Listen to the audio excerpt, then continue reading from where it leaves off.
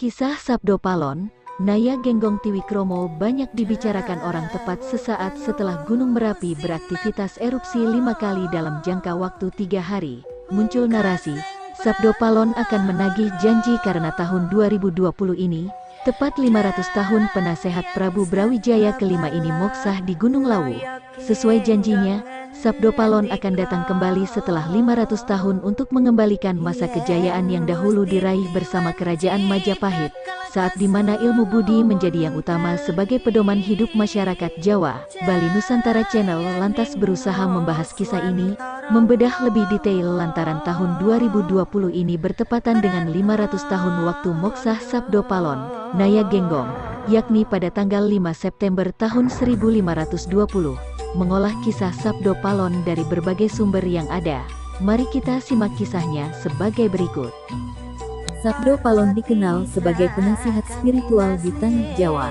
Ia dikenal sebagai pembimbing Jawa sejati dengan banyak wadah atau raga yang berbeda di setiap generasi. Tokoh lain yang kerap dikaitkan dengan Sabdo Palon adalah Naya Genggong. Keduanya adalah penuntun gaib yang mewujud. Beliau berdua senantiasa hadir mengiringi raja-raja Jawa masa Hindu-Buddha. Ada riwayat yang menyebutkan, Sabdo Palon dan Naya Genggong baru masyhur pada masa kepemimpinan Ratu Tribhuwana Tunggadewi.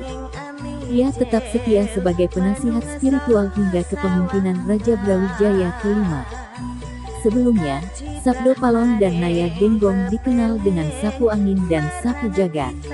Konon, Sabdo Palon dan Naya Genggong bukanlah nama asli dari sang abdi, melainkan gelar yang diberikan sesuai dengan karakter tugas yang diemban.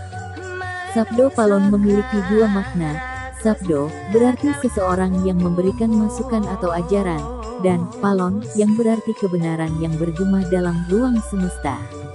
Jika disatukan, Sabdo Palon adalah seorang abdi yang berani menyuarakan kebenaran kepada raja dan berani menanggung akibatnya.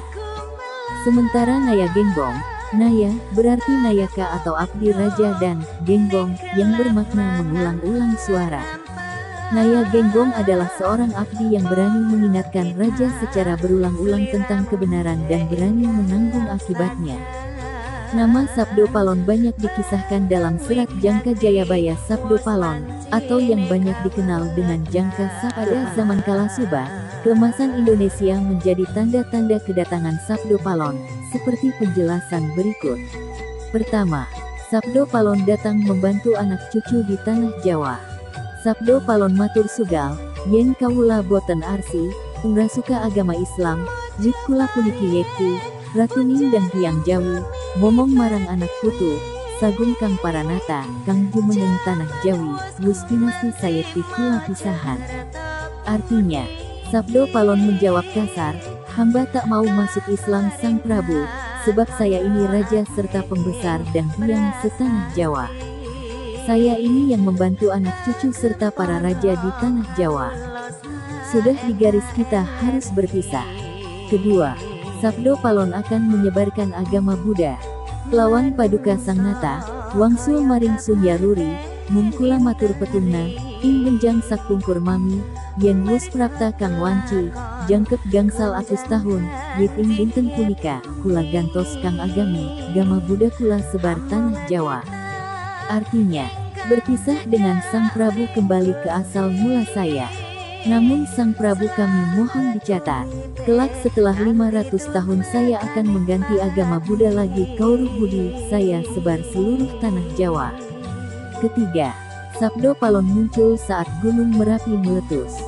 Sinten tan purun nganggeya, yekti kula rusak sami, sun sajeken putu kula, berkasakan rupi-rupi, dereng lega kang ati, yen durung lebur atempur, kula damel pratanda tembayang mami, hardi Merapi yen wus enjebluk mili lahar. Artinya, bila ada yang tidak mau memakai, akan saya hancurkan, menjadi makanan jin setan dan lain-lainnya. Belum legalah hati saya bila belum saya hancur leburkan. Saya akan membuat tanda akan datangnya kata-kata saya ini, bila kelak Gunung Merapi meletus dan memuntahkan laharnya. Keempat, akan ada bau tidak sedap. Ngidul nileng puru gira, ganda banger ingkang wari, di punika medal pula, wus nyebar agama budi, Merapi janji mami, anggereng jagat satuhu, karsanireng jawata, sadaya gilir gumanti, boten kenging kalamunta kaowahan. Artinya, lahar tersebut mengalir ke barat daya. Baunya tidak sedap, itulah pertanda kalau saya datang. Sudah mulai menyebarkan agama Buddha. Kelak Merapi akan bergelegar. Itu sudah menjadi takdir Hyang Widi bahwa segalanya harus bergantian. Tidak dapat bila diubah lagi. Kelima, bahaya akan tersebar di tanah Jawa. Bebaya engkang tumuka, warata sa tanah Jawi, ginawe kang paring gesang, tan kenging dipun singgahi, wit indonya puniki, wonten ing sakuasanipun, sedaya prajawata, kinarya amir tandani, jagat iki yekti ana kang akarya.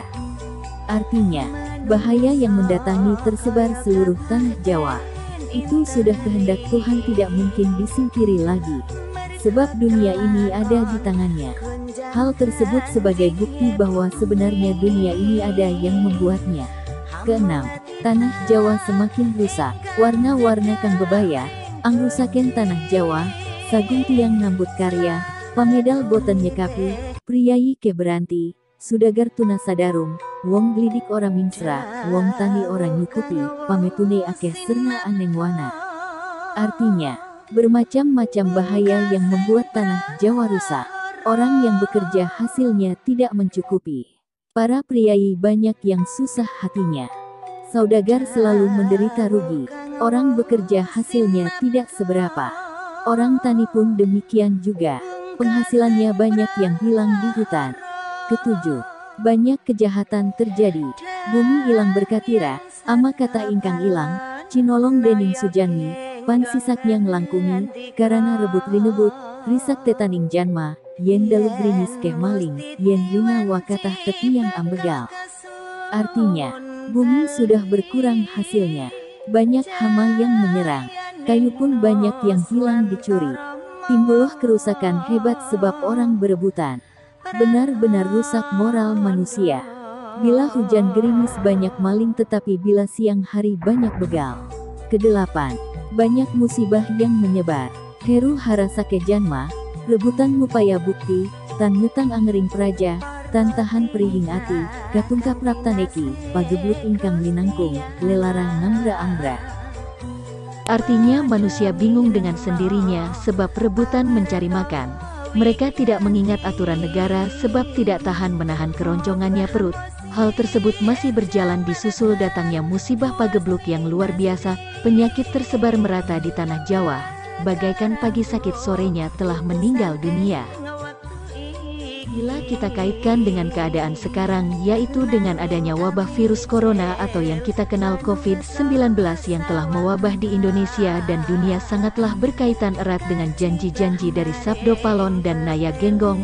Sabdo Palon dan Naya Genggong dalam janjinya akan mengembalikan Nusantara ini ke zaman keemasan dan kejayaan Majapahit di Nusantara demi ketentraman jagat raya. Atas kehendak Hyang Widi atau Tuhan Yang Maha Esa yang akan mengembalikan garis kehidupan pada jalan dharma atau kebenaran. Mohon maaf jika ada kesalahan dalam penulisan ini, dan penulisan ini bukan bermaksud menyinggung siapapun. Kami hanya mengulas kutipan sabda dari Sabdo Palon Naya Genggong. Semoga bermanfaat untuk kita semua. Salam dari kami, Bali Nusantara Channel.